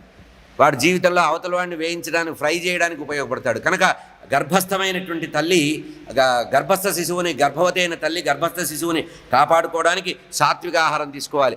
తల్లి ఏం తింటే అది తింటాట, అది గుర్తుపెట్టుకోవాలి. అంతేగాని నాయన ఇది నేను తింటున్నాను రా, అది నువ్వు తీసుకోకురా అంటే ఎట్టి పరిస్థితుల్లో ఒప్పుకోరు. దీనికి ప్రాపంచికంగా మీరు అర్థం చేసుకుంటే, అన్నప్రాసన కనుక ఆలస్యం చేస్తే పిల్లలు కంచాల దగ్గరకు వస్తూ ఉంటారు. వాడు ఫస్ట్ ఏం తింటాడు, ముందు ఆవకాయ మీదే మనసు పడుతుంది. అంటే అర్థం ఏంటి, నువ్వు తినే ఆహారంలో సాత్వికత ఉంటే పుట్టేవాడు కూడా సాత్విక గుణంతో పుడతాడు. ఆ గర్భవతి అయిన వారు కూడా ఏం చేయాలట, అత్తమామల దగ్గర ఉంటే చాలా విశేషంగా మంచి సాత్విక బుద్ధితో పుడతాట. ఎందుకంటే రాగద్వేషాలు దగ్గరగా ఉండి పొద్దున్న లేస్తే ఆ మమ్మీ ఇట్లా జరిగింది, మమ్మీ అట్లా జరిగిందంటే పుట్టేవాడు మమ్మీలాగానే పుడతాడు. కనుక అప్పుడు ఎట్లా పుట్టాలట, సత్వగుణ సంపన్నుడై పుట్టాలట. తల్లి తిన్న ఆహారాన్ని తింటాడు, తల్లి ఆలోచనలే కలిగి ఉంటాట. ఆ తర్వాత తల్లి నీరు తాగినప్పుడు ఆ నీరుని కూడా వాడు తాగుతాట. ఆ తర్వాత ఆ గర్భస్థ శిశువు చుట్టూ మాయ పేరుతుందట. మాయ అనేటువంటిది చేరుకుంటుందట. అప్పుడు వాడికి తినడం మొదలు పెడతాడుగా, తినడం మొదలు పెడితే వదలడం మొదలు పెడతాడు, మలమూత్రాలు కూడా వస్తాయట. వాడు అంతవరకు 5 నెలల వరకు వాడు ఏ ఆహారం తిండో, తర్వాత తల్లి తిన్నదల్లా మెల్లిమెల్లిగా తింటూ ఉంటాడు. ఏది నాభిరంధ్రం నుంచి వచ్చినటువంటి బొడ్డు ద్వారా ఆహారం తీసుకుంటూ ఉంటాడు. మలమూత్రాల్లోనే నిద్రిస్తూ ఉంటాడు, అక్కడే పొరలాడుతూ ఉంటాడట. అప్పుడు వాడికి పూర్వజన్మ స్మృతి కలుగుతుందట. ఆ గర్భస్థ శిశువుకి, పిండానికి పూర్వజన్మ స్మృతి కలుగుతుందట. అయ్యో నేను గత జన్మలో ఆ పాపం చేయడం వల్ల ఈ తల్లి గర్భంలో మలమూత్రాల్లో పొరలాడవలసి వచ్చింది, నేను మూత్రం వదిలి ఆ మూత్రంలో నేను తిరుగుతున్నానంటే నా పాపాన్ని నేను అనుభవిస్తున్నాను, కర్మశేషం అనుభవిస్తున్నానని అప్పుడు లబోదిబో మొత్తుకుంటాట. 7వ నెలలో ఏడవడం మొదలు పెడతాడు. తల్లి ఏమనుకుంటుంది, పిల్లవాడు కదులుతున్నాడు, అటు తిరుగుతున్నాడు, ఇటు పొడుస్తున్నాడు, అటు పొడుస్తున్నాడని అందరికీ చెప్పి ఆనందపడుతూ ఉంటారు. ఇగో చూడండి, ఇటు తిరిగాడు, అటు తిరిగాడు. అది తిరగడం కాదట, వాడు నెత్తి మొత్తుకుంటూ ఉంటాడట. పొరపాటున నేను పాపం చేయడం వల్ల మళ్ళీ తల్లగర్భంలో భూమి మీద పుట్టవలసి వచ్చింది.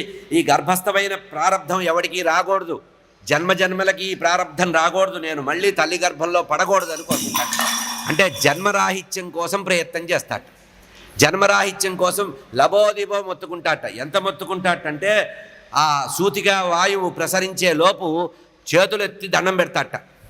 మీరు గర్భస్థ శిశువు కూడా ఇట్లా 2 చేతులు తలకాయని మధ్యలో పెట్టుకొని పైకి ఉన్నట్టుగా మన వాళ్ళు స్కానింగ్లో చూపిస్తుంటారే, అది ఏమిటంటే భగవంతుడిని చేతులెత్తి మొత్తుకుంటాట. అయ్యా పొరపాటున పాపాలు చేశాను, ఇంకా చస్తే పాపం చేయను, నన్ను బయటికి పోనీయకు, ఇక్కడి నుంచి ఇక్కడే మళ్ళీ నువ్వు తీసేసుకో, నేను బయటికి రాను, నాకు జన్మ వద్దు, జన్మ వల్ల కర్మలు వస్తాయి, పాపపుణ్యాలు వస్తాయి, నాకు పాపం అంటుతుంది, నేను పాపం చెయ్యను, నాకు వద్దు, నాకు జన్మ ఇవ్వద్దని మొత్తుకుంటాట. ఇట్లా 7వ నెల నుంచి మొత్తుకొని 9వ నెల వరకు మొత్తుకోవడమే, రోజు ఏడవడమే, రాత్రింబగళ్ళు. అదే సమయంలో తల్లికి నిద్ర రాదు. చూడండి, నాకు నిద్ర రావట్లేదు, పక్కకు కుదరట్లేదు, నిద్ర రావట్లేదని అటు తిరిగి ఇటు తిరిగి చివరికి నడిచి కొంచెంసేపు రాత్రంతా కాపలా కూర్చొని మన నిద్రపోకుండా చేస్తారే, ఆ సమయంలో పూర్వజన్మ స్మృతి కలుగుతుందట వాడికి. అంటే అంతకుముందు ఎన్ని జన్మలు ఎత్తాడు, ఏ జన్మలో ఏమై పుట్టాడు, ఏ జన్మలో ఏ పాపం చేశాడు, ఇవన్నీ కూడా వాడికి పెద్ద 70 mm స్క్రీన్ మీద కనబడుతూ ఉంటాయట. వాడికి గర్భస్థ శిశువుకి ఇవన్నీ కనబడి వాడు రోధిస్తూ బాధపడుతూ వేదన చెందుతూ భగవంతుడిని స్తోత్రం చేస్తాడట. గర్భస్థ శిశువు చేసే స్తోత్రం ఇది. ఆ స్తోత్రం చేసి చేతులు జోడించి నన్ను భూమి మీదికి తొయ్యొద్దు, ఎందుకంటే జన్మకర్మలన్నీ వస్తాయి, దీనివల్ల పాపపుణ్యాలు వస్తాయి, అమ్మా భగవంతుడా పరాత్పర నువ్వు నన్ను బయటికి పోనీయద్దంటట. ఈ విషయాన్ని మౌనంగా వింటూ కూర్చుంటాట. సాక్షి మాత్రంగా భగవంతుడు, నువ్వు చేసుకుంది నువ్వు అనుభవిస్తున్నావు, నేను కొత్తగా నీకేమి ఇవ్వట్లేదురా, నువ్వు చేసుకున్నావు కనుక ఇప్పుడైనా మంచిగా బతుకు, ఈ జన్మలోనైనా జన్మరాహిత్యానికి కృషి చేయమని భగవంతుడు ఉపదేశిస్తాట. ఆ ఉపదేశించి ఏం చేస్తాడు, వీడు మొత్తుకుంటూ ఉంటే వాయు రూపంలో లోపల నుంచి ఒక తోపు దోస్తాట. అంతే, శిరప్రవేశం, జననం.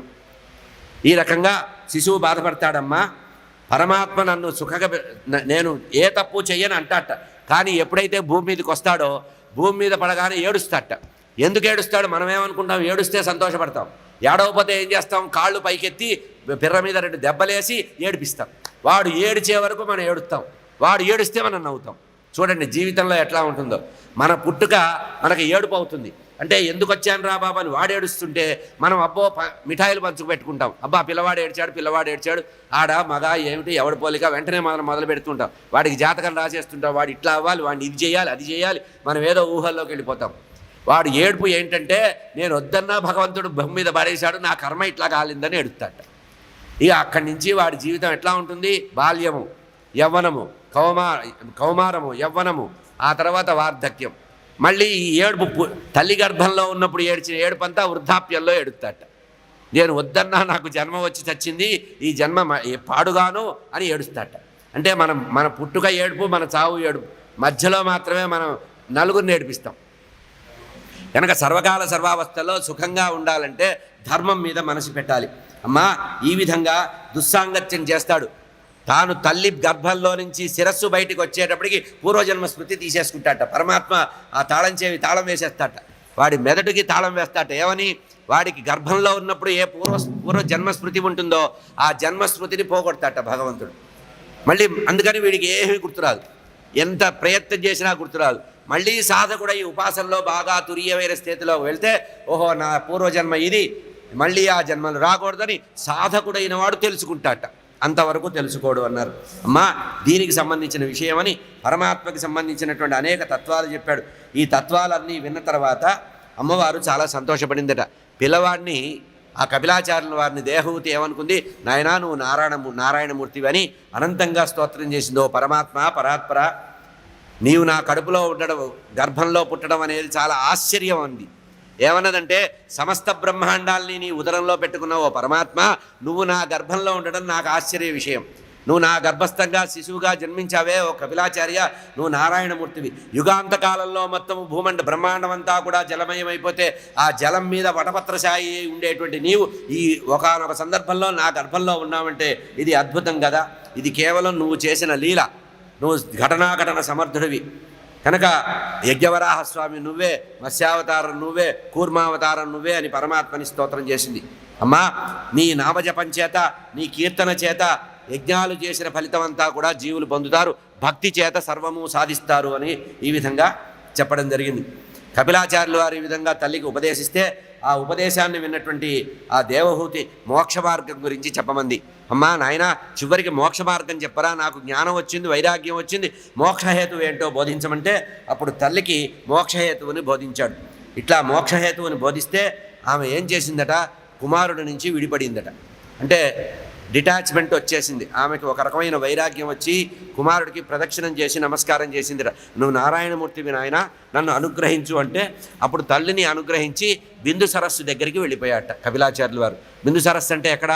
ఇంతకుముందు మహావిష్ణువు తపస్సు చేస్తే ప్రత్యక్షమయ్యారే విష్ణువు తపస్సు అయ్యాడు ఆయన తండ్రికి, అక్కడికి వెళ్ళారట. ఆ తర్వాత ఇవేం చేసిందట, తీవ్రమైనటువంటి వైరాగ్యాన్ని ఆచరించిందట. తీవ్ర వైరాగ్యాన్ని ఆచరించి ఆ తర్వాత అంతకుముందు తన యొక్క భర్త దేవహూతి భర్త ఏం చేశాడు, ఈమెకి నౌకర్లు పరిచారికలు అన్నీ తెచ్చిపెట్టాడు. ఇంటి ముందు ఏదన్నా కోరిక ఉంటే ఎక్కడికైనా వెళ్ళి రావడానికి పుష్ప విమానం ఏర్పాటు చేశాట. ఆయన వెళ్ళిపోయేటప్పుడు కూడా ఏర్పాట్లు చేసి వెళ్ళాడండి. సన్యాసాశ్రమం తీసుకునేవాడు కొంపలు నాశనం చేసి వెళ్ళకూడదు, అన్ని ఏర్పాట్లు చేసి వెళ్ళాలట. ఈమెకు ఒక పుష్పక విమానము, నౌకర్లు, దాసదాసీ జనాన్ని ఏర్పాటు చేశాట. ఆమెకి ఇంత విరక్తి కలిగితే వాళ్ళందరినీ కూడా వెళ్ళిపోమని చెప్పిందట. మీరు మీ ఉపాధులు చూసుకోండి, ఇక్కడ ఉన్న సమస్తమైన ద్రవ్యం తీసుకొని మీరు వెళ్ళి హాయిగా సుఖంగా ఉండండి. ఆ విమానాన్ని ప్రార్థించిందట ప్రదక్షిణం చేసి, నా భర్త నా సుఖం కోసం ఏ విమానం ఇచ్చాడో ఆ సుఖాల్ని నేను వదిలిపెడుతున్నాను, విమానమా నీ దారికి నువ్వు వెళ్ళమంటే ఆ విమానం కూడా వచ్చిన చోటికి వెళ్ళిపోయిందట. అట్లా అన్నీ కూడా వదిలిపెట్టి అనుష్ఠానం పెంచుకుందట. తీవ్రమైనటువంటి యోగ సాధన చేసిందట. ఆహారాన్ని తగ్గించుకుందట. బలవంతంగా వైరాగ్యాన్ని వృద్ధి చేసుకుందట. అనుష్ఠానంతో జ్ఞానం చేసి పరబ్రహ్మ అనుసంధానం చేసిందట. కళ్ళు తెరిచినా మూసినా పరబ్రహ్మే దర్శనం చేస్తోందట అమ్మవారు. అట్లా త్రికరణ శుద్ధిగా మనోవాకాయ కర్మలతో కర్మలన్నీ కూడా వదిలిపెట్టేసిందట. శరీర పోషణ కూడా చేసుకోవట్లేదట. శరీరం అంతా కూడా దుమ్ము కొట్టుకోనుందట. జుట్టు అంతా కూడా జడలు కట్టి ఉందట, అది కూడా లెక్క చేయలేదట. అగ్నిహోత్రాన్ని కూడా వదిలిపెట్టిందట, దూరంగా ఉన్నది. ఇక శరీరం మీద ధ్యాస వదిలిపెట్టిందట, ఈ శరీరం బరువుగా భావన చేసిందట. ఇట్లా చేసి చేసి సాధన చేసి బ్రహ్మైక్యాన్ని పొందిందట. హరయే నమః. ఈ విధంగా దేవహూతి బ్రహ్మైక్యాన్ని పొందిందన్నారు. అయితే